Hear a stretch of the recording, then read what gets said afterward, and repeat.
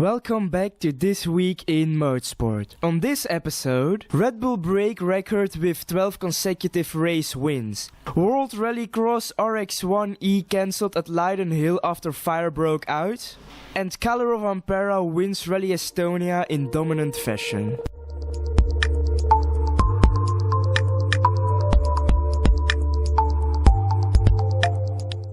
History has been made in Formula 1 as Red Bull Racing secures an astonishing 12th consecutive win at the Hungarian Grand Prix. Max Verstappen's incredible performance saw him snatch the lead from Lewis Hamilton on the opening lap, sealing another dominant victory for the team. Verstappen's superb start from P2 on the grid allowed him to challenge and overtake Hamilton, never looking back from there.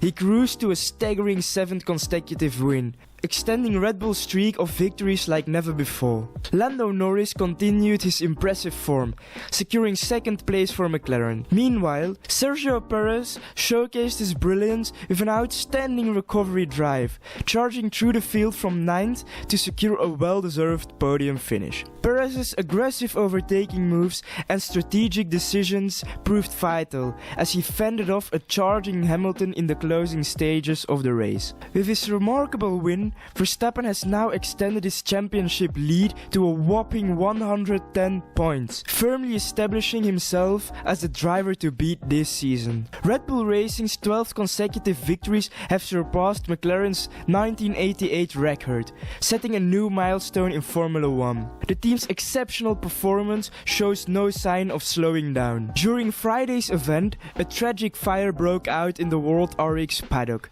completely destroying the cars of Special 1 Racing, including those Lancia badged cars intended for Sebastian Loeb. Thankfully, no one was injured. After examining video evidence, the stewards believe that the fire originated from the battery of one of the RX1E cars while it was being charged in the team area. However, the exact cause remains unclear. Investigations are underway.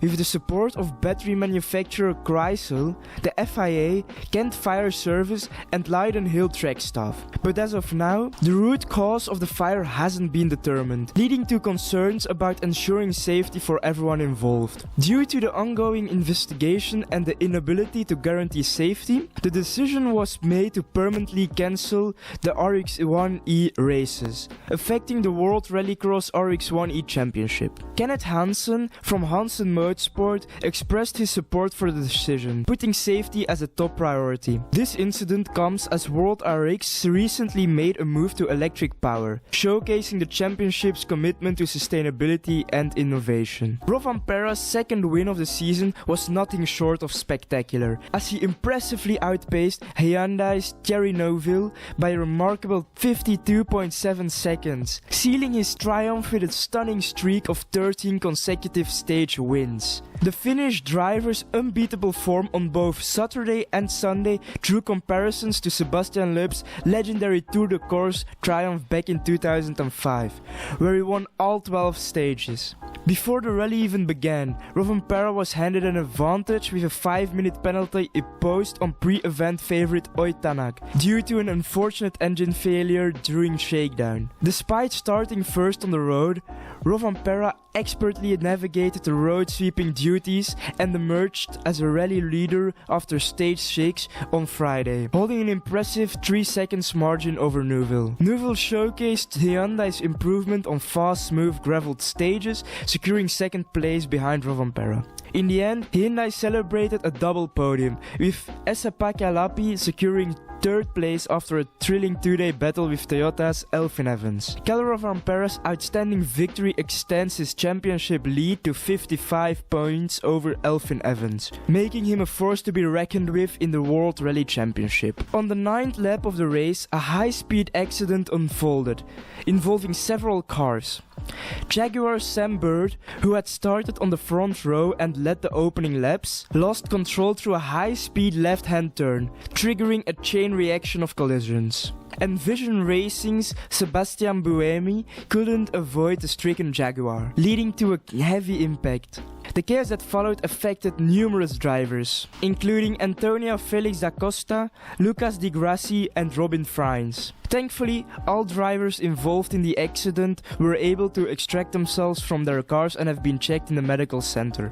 Instead of the usual free choice of tires in Saturday's qualifying session, teams and drivers faced mandatory tire allocations for each segment of qualifying. In Q1, only the hard tire will be available. Q2 will see teams using the medium tire, and for the decisive Q3 shootout for pole position, it's all about the softest rubber. The goal here is to reduce the number of tires used over a Grand Prix weekend.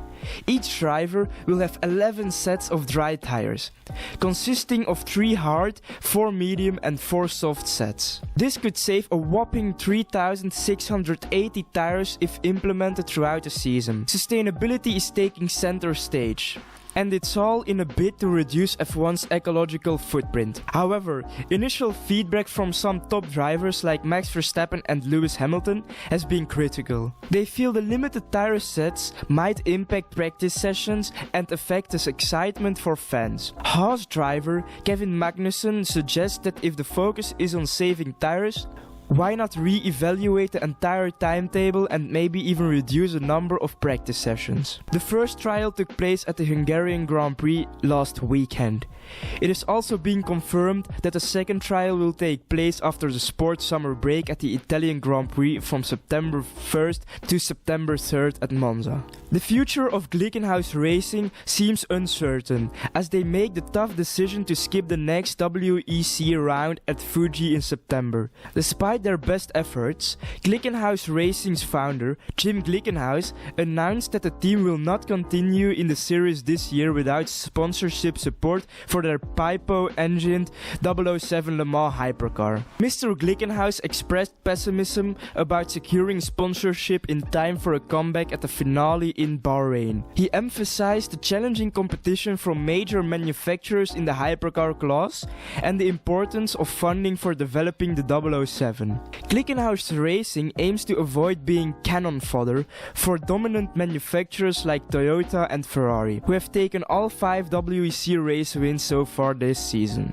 The team plans to return to the Nürburgring 24 Hours in 2024, where their Scuderia Cameron Glickenhaus 004C GT racer can shine and promote their road cars at a lower cost. The German manufacturer will be ending its factory involvement in GT3 and other customer racing programs from 2024. The decision means that Audi will no longer provide factory support to its customer teams in GT3 racing from next year. This will significantly affect teams competing in prestigious events like the DTM, the Spa 24 Hours and the Nürburgring 24 Hours. In addition to that, Audi's pool of 14 work drivers will be dissolved at the end of the current racing season, leading to significant changes in the racing lineups.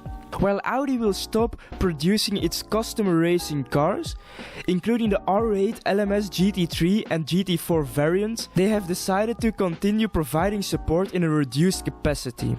The R8 LMS GT3 and other cars will remain homologated with a basic supply of spare parts available until 2032. Some teams and drivers have expressed disappointment over the decision, with concerns about the impact on the racing spectacle and the long-standing legacy of Audi Sport customer racing. Despite the disappointment, Audi's decision was influenced by their upcoming Formula 1 program set for 2026 in collaboration with Sauber. The aim is to reallocate resources to prepare for his next chapter in motorsport. Nicolas Latifi, known for his time at Williams F1, has decided to take a new direction in his professional life after parting ways with Formula 1 last year. In a recent social media post, Latifi shared his plans with his fans.